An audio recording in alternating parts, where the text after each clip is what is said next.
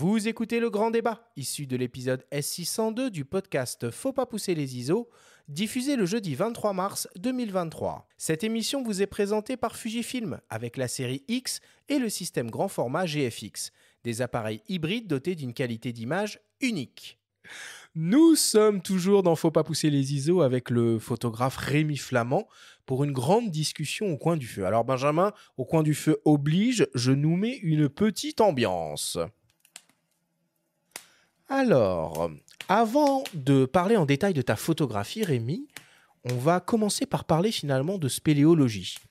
C'est sûr que tes conditions de travail sont très différentes de celles d'un photographe en studio et qu'au-delà de ton œil de photographe, tu dois avant tout avoir un corps de spéléologue et des connaissances et compétences bien particulières pour pouvoir comprendre et explorer ces univers que l'on va très naturellement qualifier d'hostiles pour toi, tes équipes et ton matériel. Nous avons échangé avec Étienne Chabrier, qui t'assiste sur tes prises de vue et qui est cordiste, spéléologue et naturaliste. Il nous parle un peu des conditions spéciales dans lesquelles vous évoluez. On l'écoute. Pour ce qui est accès difficile, on utilise les cordes et tout. Il faut toujours prévoir un petit plan de secours, un petit plan B si jamais il y a un souci. Et donc ça, c'est pour nous descendre, nous. Forcément, il faut que ça soit certain, quoi. On met nos vies, entre guillemets, en jeu suspendues à ces cordes. Et d'un autre côté, il y aura le matériel. Et le matériel aussi, il est fragile, il est cher, il est hyper sensible. Donc pareil, il va falloir se creuser la tête pour essayer de trouver des solutions pour les installer sur corde. On va scanner tout ça. Si c'est des endroits un peu historiques, un peu sensibles, il va falloir essayer de limiter l'impact qu'on va faire. Si on met des points un peu n'importe où dans un monument historique, ça va pas forcément le faire. On va laisser des goujons un peu dans la roche et c'est pas le top. Donc on utilise d'autres procédés et essayer de minimiser au plus l'impact, de mettre des bâches au sol pour pas salir par exemple des grottes ornées ou plein de petits endroits comme ça. Et puis voilà. Après, il y a forcément des imprévus. Il faut essayer de toujours essayer de réfléchir à comment on peut pallier même le jour J, parce qu'on se creuse la tête des jours avant, mais même le jour J, il y a des petits imprévus. Donc des fois, il y a de l'improvisation, mais ça, c'est jamais de l'improvisation dans le doute. On est toujours conscient de comment on change nos plans, parce que voilà, il y a des enjeux vitaux de son collègue qui est suspendu à une corde et puis matériel. On a la chance d'être spéléo, donc d'être habitué à des milieux confinés, restreints et obscurs. Cordiste pour utiliser du coup les moyens de treuil, de corde, etc. Après, du coup, opérateur au scanner 3D, donc ça fait troisième casquette. Et puis après, les casquettes plus de Rémi, c'est l'œil du photographe, savoir où placer les appareils, que ce soit scanner ou boîtier photo. Pour des analyses plus précises en photogrammétrie, c'est plus lui qui va gérer ces aspects-là, par exemple. En dehors du terrain, l'analyse post-prod, quoi. Il va remettre toutes les images un peu en ordre. Là, c'est la cinquième casquette, quoi, d'analyste des données, quoi. Rémi, spéléologue, avant d'être photographe, c'est un prérequis indispensable pour se lancer dans des endroits aussi inaccessibles? Moi, j'ai complètement commencé à l'inverse. C'est-à-dire que je suis rentré dans le milieu souterrain, j'étais déjà photographe. Par contre, quand je suis arrivé dans le milieu souterrain, j'ai eu tout à apprendre. Il a fallu que j'apprenne vite. Heu, Étienne parle beaucoup de progression, de difficulté d'accès, de sensibilité du site aussi, de là où qu'on va pénétrer. Que ça soit un monument historique, un monument souterrain, quand il parle des grottes ornées, on est sur des sites extrêmement, heu, délicat, où on ne peut se permettre de toucher au sol. Il parle de bâches. En effet, quand on ouvre le matériel, déjà tout le matériel a été décontaminé. Il y a énormément de choses à prendre en compte avant d'accéder à un site. Une fois qu'on est sous terre, il y a encore aussi des difficultés et après il faut réaliser. Il faut réaliser avec les contraintes qui ne peuvent être connues que quand on est sous terre. Par exemple, sur les Gros Tornets, on a un cheminement à respecter, on a 20 centimètres pour marcher sur un cheminement. On ne peut pas s'en écarter au risque de piétiner les sols et de dégrader des choses qui sont peut-être pas forcément visibles ou qui n'ont pas été analysées. Et toute cette méthodologie, elle doit vraiment être précise et avec une grande rigueur pour ne pas dégrader quoi que ce soit. Heu, le milieu industriel, c'est encore un milieu particulier où, voilà, après il y a les notions de risque pour la santé. On est sur des environnements complexes, parfois pollués. Donc, il faut en plus mettre en place, des EPI, des équipements de protection individuelle, que ça soit pour respirer, pour se protéger, voilà, de la chaleur, se protéger des acides, des risques électriques avec, voilà, des métaux en fusion, des choses comme ça. On est sur des environnements, voilà, qui sont contraints. Mais donc photographe avant d'être spéléologue, mais comment tu fais pour te former à la spéléologie? La spéléologie, on apprend. Déjà, on apprend tout le temps. Ça s'arrête jamais. On apprend, de par soi-même, en vivant l'aventure et on apprend des autres, les autres qui nous accompagnent, qui grandissent l'équipe, qui viennent avec, leurs compétences, leurs connaissances et c'est vraiment cette aventure humaine qui nourrit, les uns et les autres. On apprend des autres et on apprend surtout de soi-même parce que quand on évolue sous terre, on est les seuls, enfin on est le seul à pouvoir avancer, se faire avancer soi physiquement et donc du coup, il faut beaucoup apprendre sur, qui on est, comment son corps fonctionne, comment son corps réagit face à un environnement difficile et à un effort qui s'inscrit dans la durée. Parfois, certaines cavités, certains lieux de prise de vue peuvent être très éloignés. On parle de plusieurs heures de l'entrée, parfois des journées entières et une fois qu'on est arrivé au but, bah, il faut revenir, refaire le chemin inverse et là pareil, il faut la même quantité d'heures, voire plus, parce que la fatigue s'accumule. Le matériel s'est alourdi, hein. Quand on équipe, on arrive avec des cordes qui sont sèches et qui sont légères. Quand vous sortez, tout s'est alourdi avec l'eau, l'humidité et vous avez des fois des dizaines de kilos à extraire du milieu souterrain, plus le matériel photo qui a été emmené, plus, le matériel de topographie. Étienne parle de scanner 3D. Aujourd'hui, c'est aussi, ça fait aussi partie de mon métier, de numériser le monde souterrain. Tout se rejoint. C'est un travail de photographe plus que de topographe, surtout aujourd'hui où l'image est prépondérante sur quasiment tous les systèmes d'acquisition. Donc voilà, on devient spéléologue avec le temps. C'est un travail sur du long terme. On apprend tous les jours, chaque sortie. Chaque cavité est très différente. Chaque cavité est unique. Voilà, chaque réalisation est aussi unique et donc du coup, on ne fait jamais la même chose. Mmh.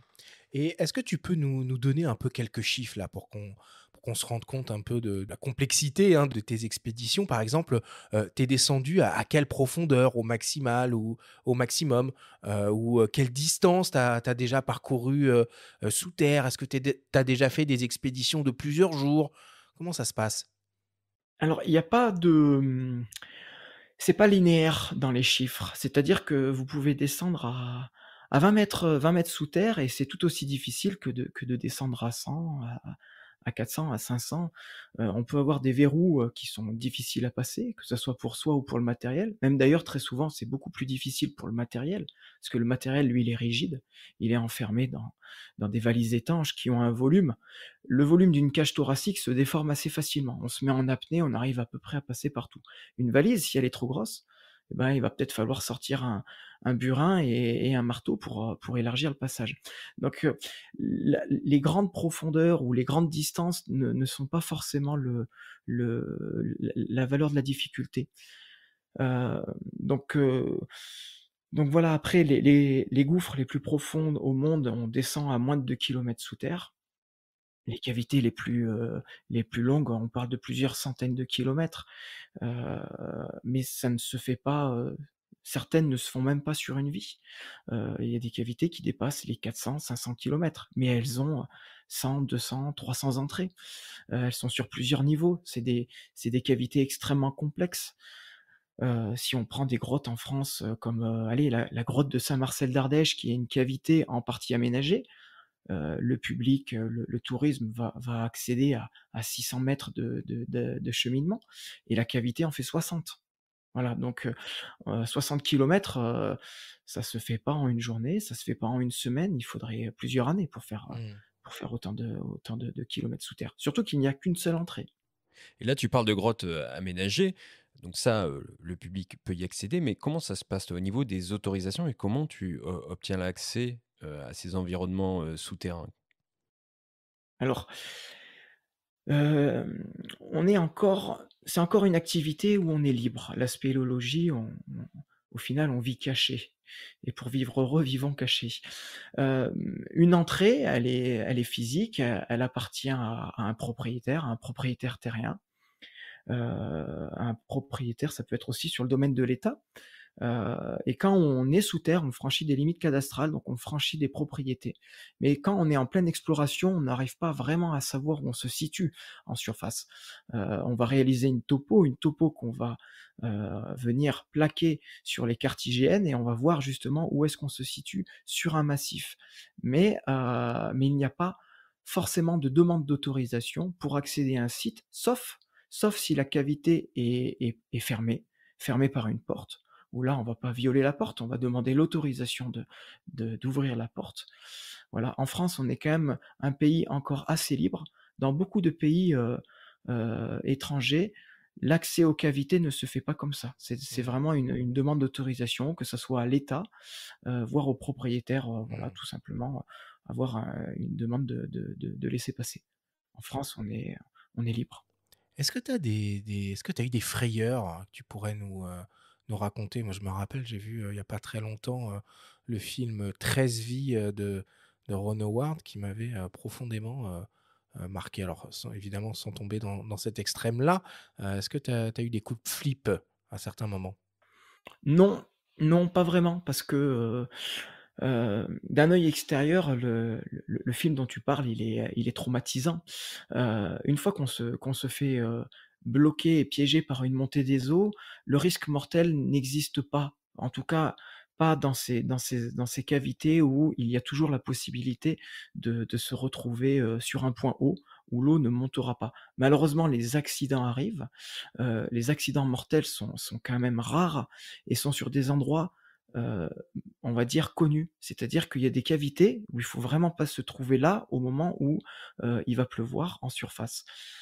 C'est des sites qui sont connus, ce qui n'empêche pas d'avoir des accidents, malheureusement, mais c'est plus une défaillance humaine qui amène à une succession d'erreurs qui vont amener à à un accident, qui peut s'avérer être mortel. Sous terre, le le risque zéro, il n'existe pas clairement, heu, mais il n'y a rien qui vous tue sur le moment. Donc, hormis une chute de pierre qui malheureusement peut vous assommer, mais là vous en êtes même pas conscient quand ça vous arrive, heu heu, derrière on a tout le temps de réagir. L'important c'est de réagir bien et de pas justement, être pris par les émotions de peur qui vous figent et qui vous mettent dans une situation encore plus délicate.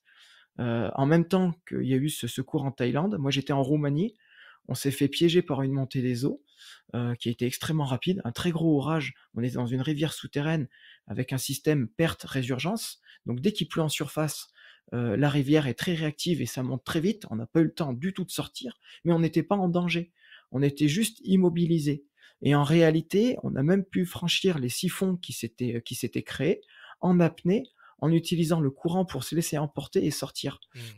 Rémi, dans quel endroit on peut trouver, finalement les plus belles grottes, à visiter ou à explorer? Alors que ça soit en France, hein, évidemment, je sais qu'il y a de très beaux sites en France, Le Périgord, le j'en ai Périgord. visité quelques-uns moi-même, mais, est-ce qu'on trouve des grottes aussi, n'importe où dans le monde? Est-ce qu'il y a encore beaucoup de nouveaux sites à découvrir? Si on s'intéresse à tout ça, on va où? Alors, qu'est-ce qu'une belle grotte? Ça dépend vraiment de ce que l'on a envie de voir en soi. Mais qu'est-ce qui nous intéresse en milieu souterrain? Heu, Si on prend, tout la communauté des spéléos, elle se résume pas qu'aux photographes, loin de là. On va voir les archéologues, on va voir les paléontologues, on va voir les hydrogéologues, on va voir les géologues. Un géologue, il ramasse un caillou, il va avoir les yeux qui brillent. Un photographe, il voit une très belle concrétion, un beau volume, une cascade, une rivière hurlante. il va avoir les yeux qui brillent aussi.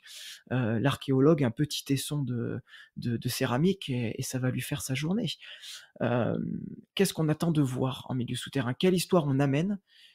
Qu'est-ce qui nous fait rêver et qu'est-ce qu'on va y découvrir? Sachant que chaque cavité est inconnue, elle ne peut pas être observée de la surface, donc la seule façon de l'observer, c'est d'y aller. C'est de prendre son courage à deux mains, de monter une équipe, de prendre le matériel, de choisir le matériel en espérant que ça soit le bon et on y va. Si c'est une cavité connue, on sait où on va, on a une topo, on peut analyser beaucoup de choses. Quand vous êtes en première, quand vous découvrez, là c'est le Graal pour tout spéléologue, c'est de vivre la découverte d'un nouveau réseau. Chaque pas que vous faites, vous êtes le premier de l'humanité à le faire. C'est extraordinaire, c'est des moments fabuleux. Et pour un photographe, sortir une photo là où il n'y en a jamais eu, là où il n'y en a jamais eu, là où il n'y a jamais eu de lumière, c'est extraordinaire aussi. Et Donc, justement, quel type de photos tu fais, toi, dans les grottes? Pourquoi tu vas dans les grottes? Tu explores, mais qu'est-ce que tu vas photographier? C'est parce qu'il y a de moins en moins de lumière, ça on y viendra plus tard. Mais qu'est-ce qu'on y trouve en dehors de peinture et de l'art rupestre d'une autre Stalactites et époque? stalagmites. Ça, alors il y a tous les spéléothèmes, hein, c'est les stalactites, c'est les stalagmites, mais ça va être les gourds, les formes de bassins qui retiennent les eaux, un peu comme des cultures en terrasse. Il va y avoir des formations, des creusements, il va y avoir beaucoup de choses à illustrer. Après tout dépend de la demande, c'est-à-dire à qui va servir les photos. Si c'est un archéologue, si c'est une cavité aménagée, si c'est un industriel qui veut montrer sa production de pays en milieu souterrain, dans un contexte in situ, euh, voilà. Qu'est-ce qu'on va photographier? Si je cherche à montrer du matériel, que ça soit un harnais, des lampes, je vais montrer l'aventure. Je vais montrer plutôt quelque chose de spectaculaire, de la progression, donc des images dynamiques. Si je veux montrer, si je m'adresse à un public qui s'apprête à visiter une cavité aménagée, je vais montrer le paysage, je vais montrer la singularité de la cavité. Tout à l'heure, on a entendu le mot singularité, c'est très intéressant de conserver cette singularité. Qu'est-ce qui fait qu'une cavité est unique? Qu'est-ce qui fait qu'elle va se démarquer d'une autre? Qu'est-ce que l'exploitant de la grotte a pour séduire un public et qu'est-ce qu'il faut mettre en avant? Voilà, ça c'est une autre vision. Un archéologue, qu'est-ce qu'il demande? Est-ce qu'il demande de la précision dans le cliché? Est-ce qu'il demande d'avoir des photos qui montrent un contexte géologique, archéologique? Voilà. Est-ce qu'il a besoin d'une illustration très particulière avec un très bel éclairage parce que ça va être la couverture de son livre et ce livre, c'est l'œuvre de sa vie? Voilà. Tout ça fait qu'on va avoir des photographies qui seront toujours très différentes parce qu'elles ne s'adressent pas à la même personne. Par contre, le matériel, lui, même s'il est adapté, son utilisation, elle est toujours la même. Bon, bah la transition est toute trouvée. Tu es ambassadeur Fujifilm, hein, et à ce titre, tu t'es amusé à emmener une partie de l'équipe de Fujifilm France dans l'une de tes expéditions pour leur faire découvrir tes conditions de travail et comment est-ce que tu utilises leur boîtier et optique. On vous propose d'écouter Cyril Duchesne, chef produit Fujifilm, nous raconter cette expérience qui l'a pour le moins un petit peu marqué. Rémi nous a proposé avec Fujifilm un projet de dingue qui était de nous emmener, nous staff, moi Cyril Duchesne, sous terre avec lui pour essayer le XH2 et nous présenter son travail, la manière dont il travaille sous terre. Donc il nous a dit allez venez, on vous emmène dans la grotte de Malaval. Donc, première en spéléologie pour moi. J'étais vraiment très angoissé de ce qu'on peut imaginer, les boyaux se faufiler partout. Mais quand on est bien accompagné, c'est un vrai plaisir. Rémi a monté une équipe de pros. On avait une personne d'accompagnement par staff Fuji, donc c'était vraiment top. On se sentait en toute sécurité. Nous, on était un peu, bien sûr, peu rassurés. On était en sécurité avec des filins et tout. Et on voyait Rémi, bien sûr, courir partout sur les rochers, telle une petite chèvre des montagnes qu'on peut voir accrochée parfois sur les barrages. C'était assez impressionnant. Mais le plus impressionnant, c'est de le voir travailler sous terre, de voir les contraintes que c'est. C'est-à-dire qu'il doit vraiment protéger tout son matériel. Il doit avoir du coup en plus de son matériel de spéléologie, le matériel photo, le soin qu'il prend à chaque fois à tout nettoyer, faire attention, la manière qu'il a de travailler, c'est-à-dire de placer jusqu'à 6, 7, 8 lumières, que ce soit un mélange de lumière continue et de flash, qu'il a à chaque fois d'aborder, de se poser. C'est beaucoup de temps d'attente au final. On a passé presque la journée sous terre, donc on se rend pas compte, on perd un peu le fil du temps. On n'a plus aucun repère visuel. Et on est là, on est quand même dans l'attente, on est dans l'humidité. Donc ça reste quelque chose de physiquement éprouvant. Mais ça reste quelque chose de complètement exaltant, quelque chose de complètement nouveau quand on nous emmène dans ce milieu obscur, parce qu'une fois qu'on éteint les lumières, bah, bien sûr, il n'y a plus rien. Il y a juste le bruit de l'eau et les matières qu'on peut ressentir sous les chaussures et sous les mains. Donc c'est vraiment un milieu incroyable que Rémi nous a permis de découvrir, à la fois parce que c'est un passionné de spéléologie, mais parce que c'est avant tout un passionné de photographie sous terre, comme il aime à se définir, et pas uniquement de spéléologie, puisqu'il travaille aussi sur des chantiers humains sous terre. Rémi, pour commencer, un petit mot peut-être là sur le lieu, hein, la grotte de Malaval. On a cru comprendre que c'était un endroit un peu spécial pour toi. Alors, c'est l'endroit où je suis né pour la 2e fois. Oh là C'est-à-dire qu'il y a le avant et il y a le après. Et j'ai voulu faire vivre à Cyril un peu cette chance que j'ai eue un jour de rentrer dans le milieu souterrain par cette très grande porte qu'est la rivière souterraine de Malaval.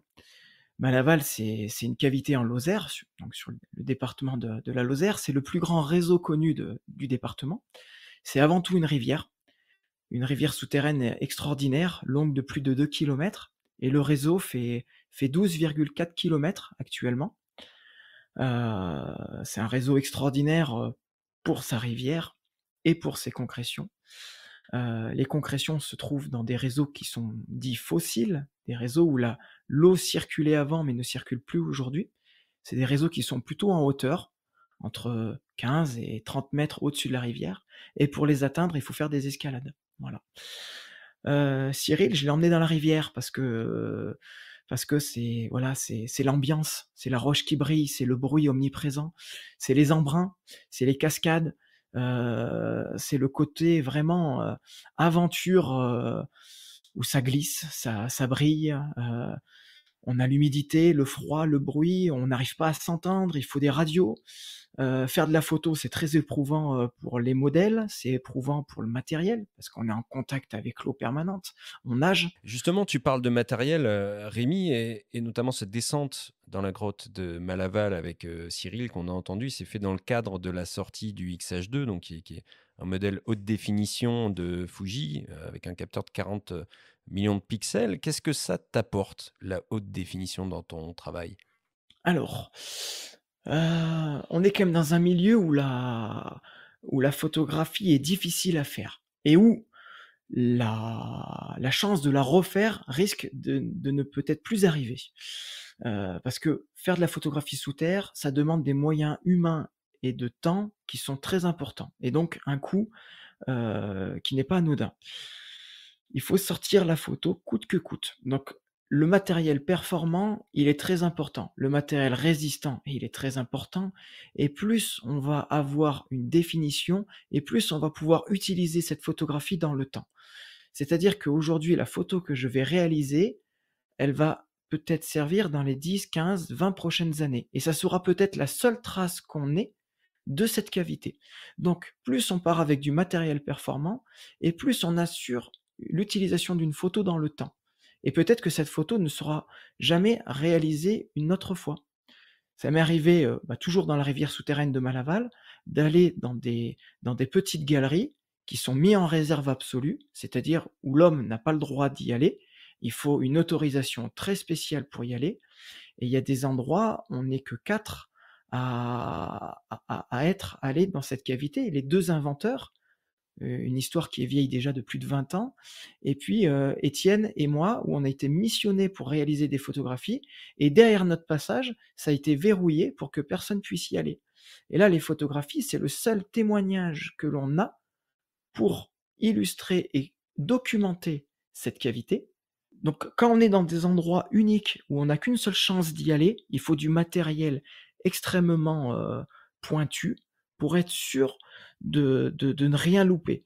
Et la résolution et la définition et tout ce qui va à côté, la performance optique, la stabilisation du capteur, tous ces petites aides vont nous permettre d'assurer à coup sûr une photographie où on n'a qu'une seule chance de la réaliser. Et pourquoi pas le moyen format alors? Parce que dans un souci de mémoriser, de maximiser le temps sur place et la qualité d'image, finalement, même dans la gamme Fuji, il y a les GFX. Pourquoi ne pas descendre avec un moyen format stabilisé? C'est une Et question de monter à poids, 100 millions de pixels, quoi. de compacité, ouais, absolument, voire plus avec les modes de haute définition. Donc moi, ça fait 3 ans, 4 ans maintenant que j'utilise un GFX 100.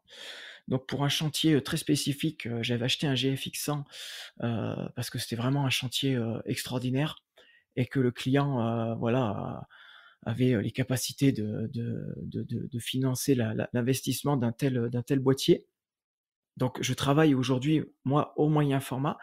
Ce qui était très intéressant, c'était de pouvoir justement, en connaissance du matériel, grand format de chez Fujifilm, vu que j'ai plusieurs boîtiers, c'était aussi très intéressant de revenir sur un capteur APS-C que je connaissais, parce que jusqu'à présent, j'étais sur un capteur APS-C avec la série X, avec les XT, avec les XT3, les XT4. Donc ça me permettait de pouvoir comparer 2 types de capteurs, 2 visions très différentes du matériel photo, qui ont des points faibles, mais qui ont surtout des points forts. C'est-à-dire que quand on va sous terre, on adapte le matériel. Qu'est-ce que l'on a besoin dans un contexte très particulier? Est-ce que je dois être extrêmement léger? Est-ce que je dois être très rapide? Ou est-ce que je vais pouvoir me permettre de prendre plus de temps? Est-ce que le client a les moyens financiers, pour mettre 3 ou 4 porteurs de plus parce que le matériel va être plus lourd? Qu'est-ce que l'on voilà, c'est toujours un jeu d'équilibre à trouver pour mener à bien la mission. Voilà. Il n'y a pas de mauvais appareil, clairement, surtout chez Fujifilm. Le X-H2 aujourd'hui, c'est une bête de course. Il offre des choses extraordinaires. Les GFX, n'en parlons pas.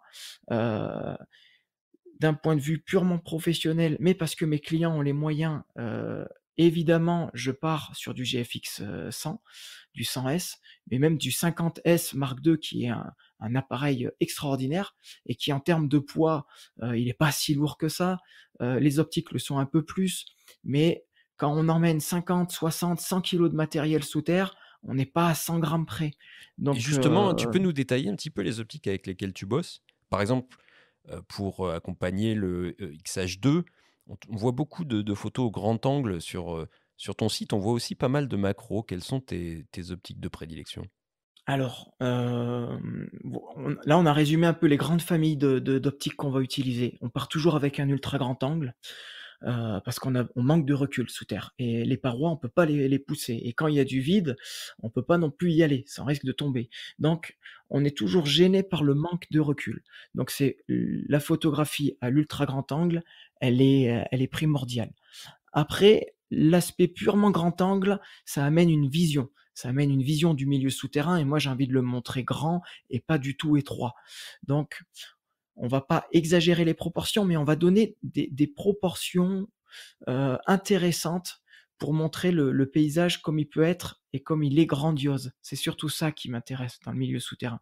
Je veux surtout pas faire peur aux gens, je veux les émerveiller. Donc le grand angle, il est super important. Et pour ça, j'ai le 8-16, le XF 8-16, que j'avais eu aussi un peu en avant-première, et c'est une optique qui est fabuleuse. Parce que on passe de l'ultra grand angle au grand angle avec une seule optique. Elle est extrêmement qualitative, elle reste compacte. Après, il y a le 16-55 que j'utilise beaucoup pour de la petite proxy et on va dire un peu des plans, un peu plus d'action, où j'ai besoin d'amener de la proximité entre le figurant qui est en pleine action et l'environnement où il se situe. Donc là, on commence déjà à rapprocher un peu les plans. On peut prendre un peu on peut s'éloigner, mais si on a du contexte avec de l'eau, de la cascade, des embruns, on a beaucoup plus de matière entre le modèle, qui est quand même le sujet, et le photographe, qui lui est assez statique et où il a besoin aussi d'un petit zoom pour l'aider, parce qu'il peut pas forcément se déplacer. Il est suspendu à une vire, il est sur une petite margelle, il est en équilibre sur un caillou dans l'eau qui peut être profonde. Donc voilà, ces petits zooms, ils sont très utiles. Voilà. Ce serait quoi l'optique macro ultime pour toi? C'est plus le 30 mm sorti récemment chez Fuji ou c'est le 80 mm macro? Les 2, les 2. Alors le 30, il se fait vite oublier, hein, c'est un poids plume, il est extraordinaire, on a des détails, millimétriques. Là, j'ai photographié des petits insectes, des diplours. C'est des petits insectes, c'est des petits invertébrés, qui sont presque, ils sont dépigmentés. Ils sont pas transparents, mais ils sont dépigmentés. Ils ont des grandes antennes devant, derrière. D'ailleurs, c'est pas des antennes, mais voilà. Et donc, ils font 3-4 millimètres. Donc là, le 30 millimètres, c'est l'outil idéal. La difficulté, c'est qu'on a une distance de mise au point qui est très faible, et donc pour éclairer, il faut des lumières très latérales. On a très peu d'espace pour mettre la lumière, et là, il faut travailler en équipe. Dans tous les cas, la macro sous terre, c'est un travail d'équipe. Ça peut pas se faire seul. Dans la gestion des éclairages, plus la gestion de l'environnement, quand vous photographiez des concrétions, c'est des environnements extrêmement fragiles qui ne tolèrent aucun contact. Donc il y a une personne, il y a le photographe, aidé d'une personne qui fait l'éclairage, et une troisième personne qui surveille l'environnement pour dire attention, tu es à 10 centimètres d'une concrétion, là tu peux pas reculer, attention derrière toi. Les deux objectifs macro qu'on a cités permettent de faire des choses très différentes. Le 80 mm, son gros avantage, c'est que ça permet de mettre de la distance avec le sujet, et le capteur du XH2 amène une résolution où on peut explorer du détail, on peut vraiment littéralement plonger dans la minéralisation, et ça c'est extraordinaire. Quand on photographie des gouttes d'eau, on va se retrouver à l'intérieur, à voir un vrai paysage. Ok. Et ça, c'est le XH2 m'a vraiment amené ça. On a parlé de tes boîtiers, de tes optiques. Maintenant, on va aborder une partie fondamentale, évidemment, de ton travail, parce qu'une des particularités de la photographie souterraine, tu l'as évoqué, c'est évidemment l'absence totale de lumière. Alors pour ça, il n'y a pas 36 solutions. Tu dois impérativement utiliser un éclairage artificiel pour mettre en lumière tes sujets avec du flash ou de la lumière continue. On vous propose d'écouter le témoignage de Cristian Tzecu, un photographe roumain réputé dans le milieu, nous parler de cette problématique. Nous avons commencé à prendre des photos avec la lumière de flash, et je pense qu'il y a 23 années. Déjà, nous avons participé à une école de photo tenue par notre professeur de photographie de souterrain, qui s'appelle Cristian Lascu, et lui, c'était le président de National Geographic Romania. Il nous a appris de prendre des photos avec la lumière continue, de faire la peinture avec la lumière. C'est vraiment photographie, écrire avec la lumière.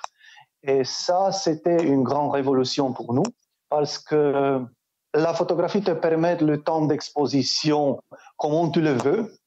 Tu es dans une grotte avec aucune lumière, et soudain tu vas allumer une lumière et faire des peintures avec ça sur les stalactites, stalagmites et sur les murs. Et ça, c'était que s'appelle light painting, peinture avec la lumière.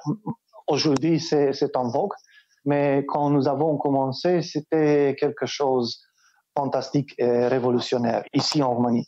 Et nous travaillons maintenant avec la lumière continue. La plupart, c'est avec le LED, une lumière très économique. Mais nous avons redécouvert la photographie avec le flash, qui, par exemple, Rémi, il prend beaucoup de photos avec le flash, et nous avons observé que c'est une différence de réflexion entre la lumière continue et la lumière de flash. La lumière continue, le LED ou le tungstène, ça donne un contraste plus dur. Et le flash, c'est un peu douce. Et ça, c'est une découverte très intéressante pour nous.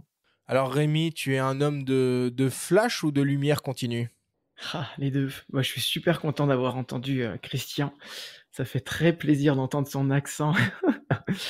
Ouais, ça du coup, les 2, j'utilise les 2. Alors, voilà, quand on est dans un milieu souterrain, on est privé de lumière, clairement.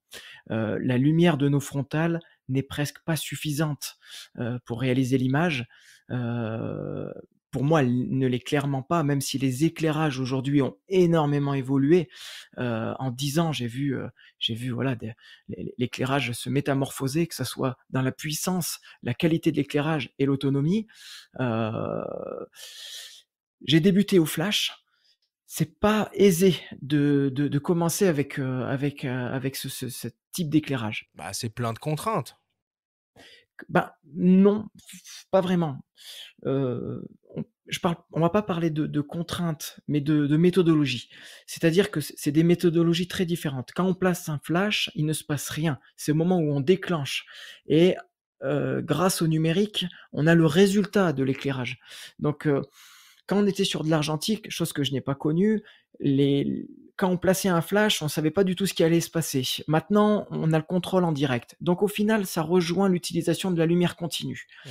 Hormis le fait que le temps est passé et que plus le temps passe, et ben, derrière, moins on aura de temps de faire de l'image. Donc il faut être performant. Mais la performance, elle s'acquiert avec le travail de terrain. Plus on se crée des expériences et plus on va pouvoir les réutiliser. Et c'est ça qui est très intéressant avec la lumière. C'est-à-dire qu'on va se créer des méthodologies de travail qui vont Mmh. nous permettre d'être quasiment à coup sûr de sortir une image. C'est-à-dire qu'aujourd'hui, je travaille avec 10, 15, 20 flashs. Ça va dépendre des volumes, hein. Ça dépend qu'est-ce que je dois éclairer, la complexité du milieu. Euh, mais à coup sûr, je place un flash, il est bien orienté, il a son réglage de puissance, il a son réglage de zoom, mais ça, c'est un travail mental. C'est un travail qui demande de se poser avant de sortir le matériel. J'analyse toujours si déjà je vais pouvoir sortir la photographie. Est-ce que j'ai les moyens humains? Est-ce que j'ai les moyens matériels? Et est-ce que j'ai le temps nécessaire pour faire la photo? Parce qu'une photo, il peut vite me falloir 1 heure. Si pour placer un flash, il faut un quart d'heure. Comment tu fais d'ailleurs alors pour tout placer? Bon, il y a tes équipes qui vont t'aider, mais pour disposer 15 à 16 flashs, pour bien les orienter sur le moment, gérer l'autonomie et faire la mise au point dans le noir, comment tu procèdes? Alors, hem, alors les flashs justement, c'est jusqu'à présent le rapport poids, puissance et autonomie qui était le plus intéressant. Parce qu'on part avec des petites batteries, qui sont chargées à bloc et on peut facilement faire aujourd'hui 200-300 éclairs. Quand j'arrive à faire 50 photos dans une journée, je suis très, très content.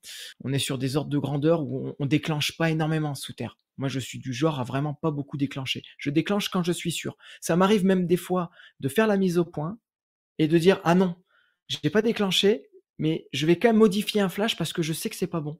Mais attends, Parce que comment tu d'un seul arrives coup, à concevoir et à avoir un aperçu de la composition dans le noir justement? c'est une lecture de la scène.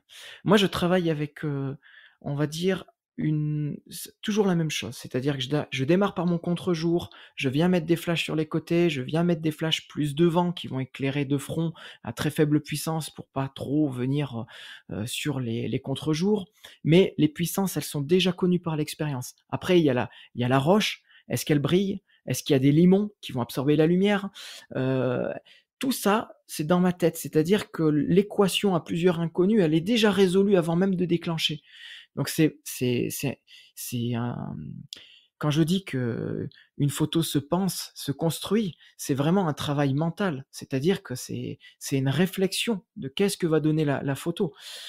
Mon travail, où je vais vraiment venir travailler après, ça va être sur la position du figurant. Comment il va être placé dans l'image, quelle gestuelle il va avoir pour vraiment donner du sens. Et c'est là la finalité du travail dans une photo. Et L'éclairage, c'est tellement acquis que je n'ai plus à réfléchir au final. mmh, mmh. Mais du coup, comme tu es dans le noir total, tu peux, travailler, en ce qu'on appelle, l'open flash.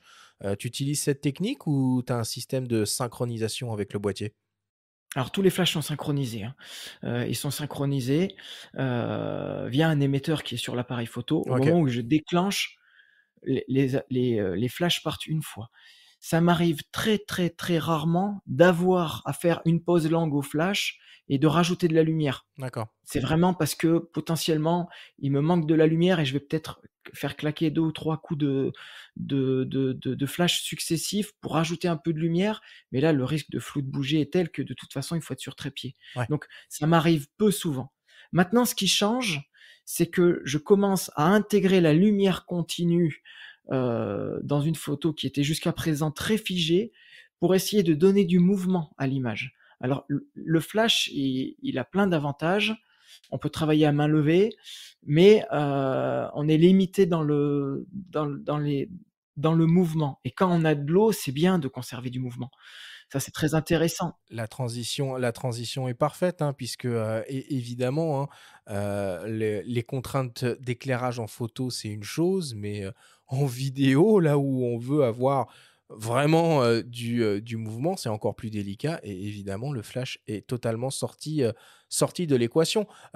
Tu nous as dit que de plus en plus, hein, tu réponds à des demandes de production vidéo en faisant appel aux compétences d'un jeune vidéaste et débutant en spéléologie qui s'appelle Thibaut Poinas, je ne sais pas Tout à comment on fait. dit, Poinas, ouais. Poinas. On l'a rencontré et il nous a fait un petit témoignage. On l'écoute. Dans l'univers souterrain, en fait, la plus grande problématique qu'on va avoir pour faire de l'image, donc déjà en photo, mais surtout en vidéo, ça va être la lumière. C'est assez complexe parce qu'il nous faut absolument de la lumière continue. Et de la puissance en lumière continue, c'est vraiment ce qu'il y a de plus compliqué à avoir, même si aujourd'hui on a des grosses évolutions technologiques avec des marques qui proposent des belles solutions pour faire de jolies choses. Mais c'est vrai que c'est ce qui reste le plus compliqué.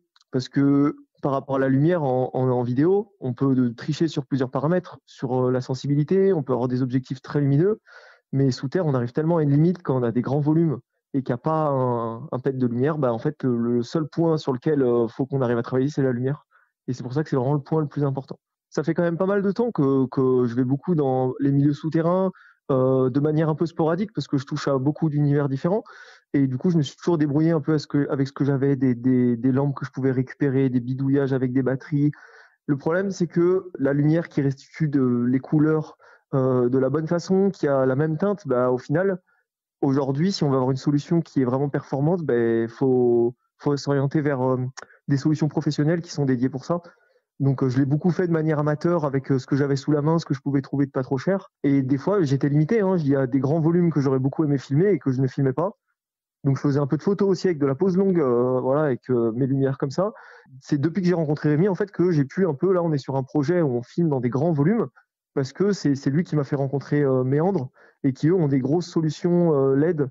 Donc, c'est des lampes qui ont été créées spécifiquement pour l'usage souterrain, et ils ont pris, en gros, des LED d'éclairage public, et ils ont réussi à adapter avec, aujourd'hui, les nouvelles batteries qu'on arrive à avoir, pour avoir la puissance nécessaire pour les alimenter. Donc là, par exemple, je suis en train de bosser sur une vidéo qu'on a fait à Castelbouc, où on a des volumes immenses, hein, des salles incroyables, et on a de la vidéo. Et ça, par exemple, c'est quelque chose sur des volumes de cette taille, j'ai jamais pu le faire. Donc avant, on va dire que vu que je pouvais pas aller sur ce type d'approche-là, je me limitais en volume. Donc j'ai plus filmé dans des espaces restreints ou dans des grands gouffres, où quand même on avait la lumière extérieure qui rentrait dedans. Et c'est vrai que sans cette lumière, sans cet apport, en fait, on va retrouver, au bout d'un moment, on va être limité, il n'y aura pas de solution. Depuis toujours que j'ai des passions à côté, l'aventure, la vidéo, et je me suis dit, mais en fait, le domaine scientifique, c'est une de mes passions, et ce que je vais faire, c'est que je vais essayer d'assembler les trois. Et c'est pour ça que j'ai créé ma boîte pour faire de la vidéo, et le but, c'était de développer ça pour à long terme faire des projets un peu comme sur lesquels on est aujourd'hui. Là, à Castelbouc, c'est une grotte où il y a des empreintes de sauropodes, de dinosaures géants qui ont été retrouvés. Et donc là, quand on filme, il y a tout ce côté audiovisuel que j'adore. Il y a tout ce côté scientifique aussi, vulgarisation scientifique, où on montre des sujets hyper intéressants. Et le côté aventure, parce que c'est une vraie aventure pour aller dedans, pour parcourir.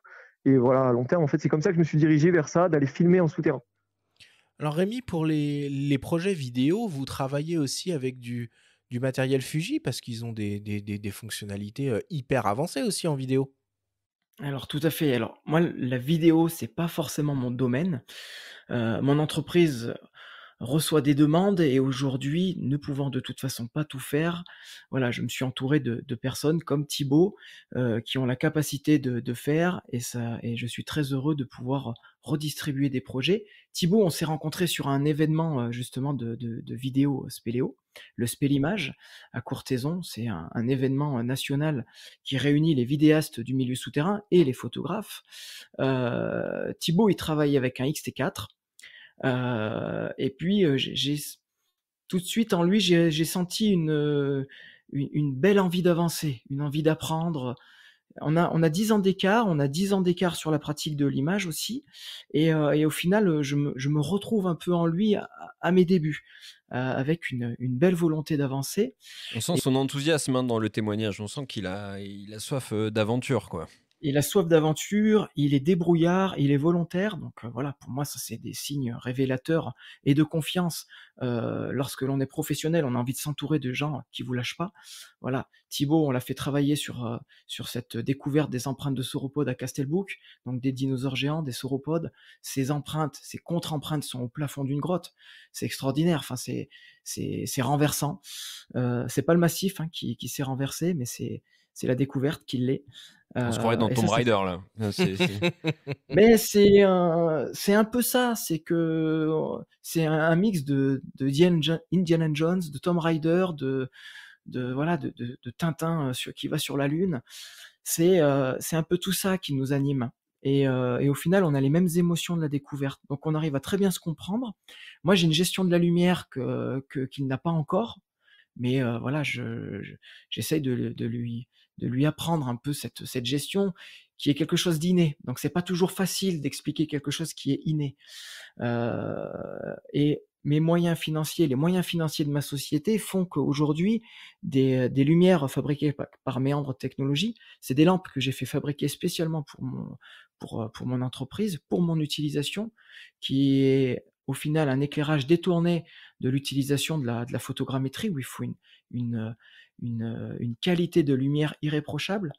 Dans le monde, il n'y a pas 36 fabricants. On a la chance d'avoir un fabricant français qui vient de ce milieu souterrain, qui aujourd'hui travaille avec les plus gros industriels du monde entier. C'est une chance de l'avoir en tant que partenaire. Et en plus, j'ai pu développer, grâce à mon savoir-faire de photographe, des éclairages qui me servent aujourd'hui et qui me permettent d'avoir des contrats, parce que je suis le seul à détenir ces éclairages. Quand on a du matériel exclusif à une société, d'un point de vue purement commercial, c'est pas anodin. Ah oui. Alors, tu as la chance de pouvoir vivre aujourd'hui de ton activité.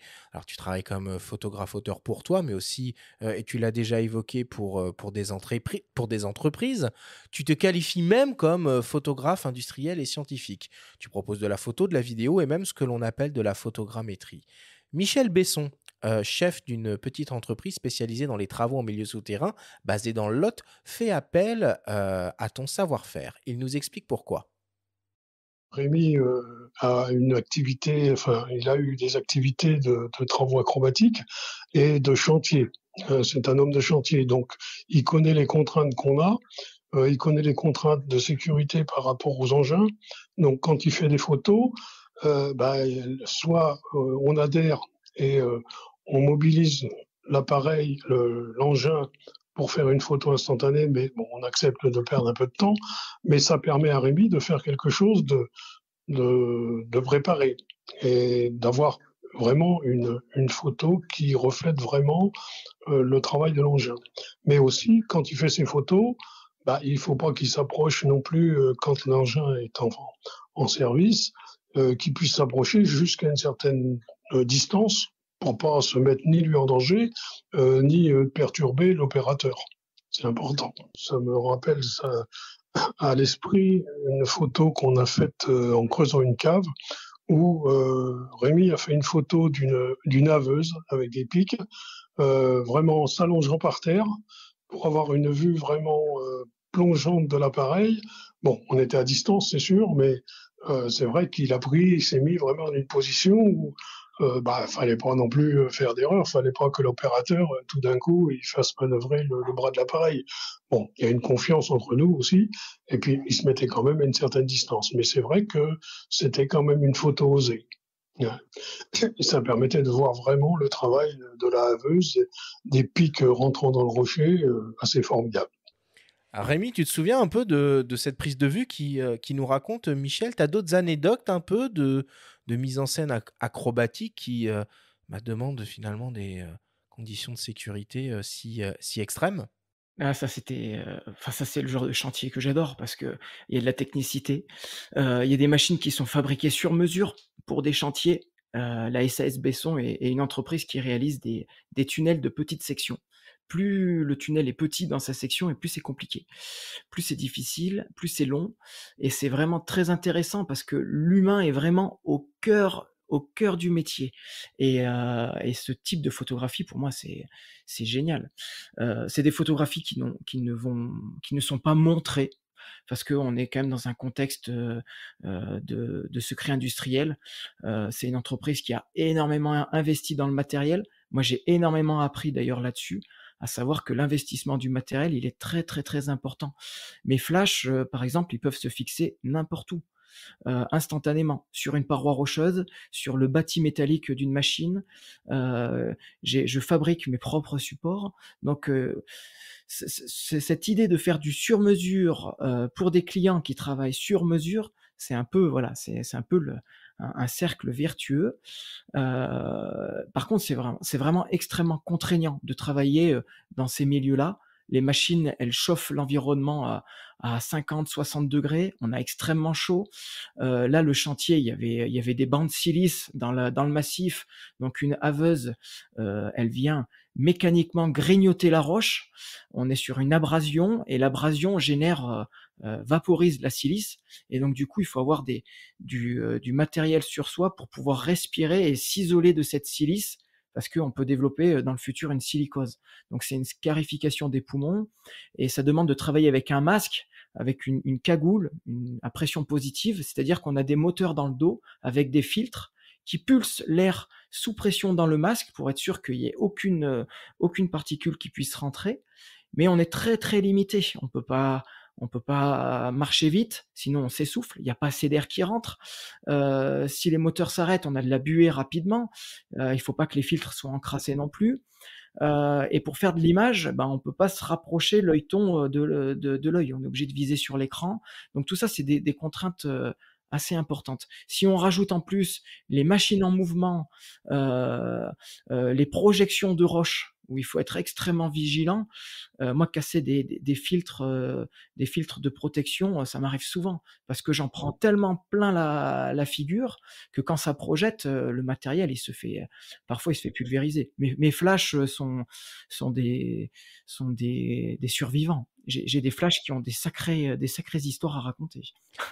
Ça, c'est pas mal comme phrase. Des flashs qui ont des histoires à raconter. Oui, il faudrait les visualiser, les voir. On en voit d'ailleurs certains sur la vidéo dont on a parlé tout à l'heure. On voit des flashs couverts de boue, notamment. Et parmi tes domaines de compétences, donc il y a la gestion des flashs. On a beaucoup parlé aussi au cours de la discussion de photogrammétrie. Qu'est-ce que tu peux nous en dire? Parce que c'est quand même une de tes spécialités. Et ce qui fait que tu as certains clients.